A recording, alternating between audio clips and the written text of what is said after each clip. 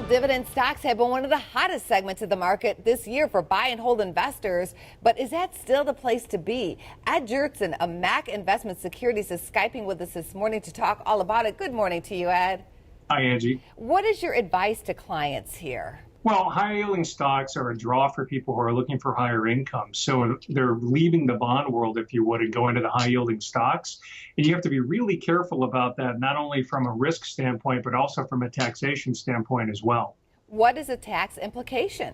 Well, those in the 15 to 10% bracket actually pay 0% tax on those qualified dividends. But you've got to be careful about states like California and New York that add tax on top of that. And what about this? There's some short seller interest that has been building in names like Altria and AT&T. Now, those stocks yield around 5%.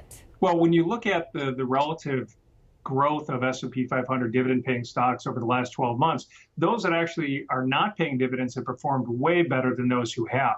So I'm not sure why those shorts are lining up against those particular stocks. It could be for other reasons as well. Well, tell us about the performance. How great has it been? Well, when you look at from 1972 going forward, those companies in the S&P 500 that have paid dividends and increased their dividends, on average, are up about 10% per year. Compare that with the stocks that haven't paid dividends over that time frame, they're up about 2% per year. So over the longer run, those who have paid dividend stocks have done really well. But again, looking over the last 12 months, those stocks that have paid the highest dividends have not performed relative to those that don't pay dividends. Among the high yielders, Ed, what are some of your favorite names?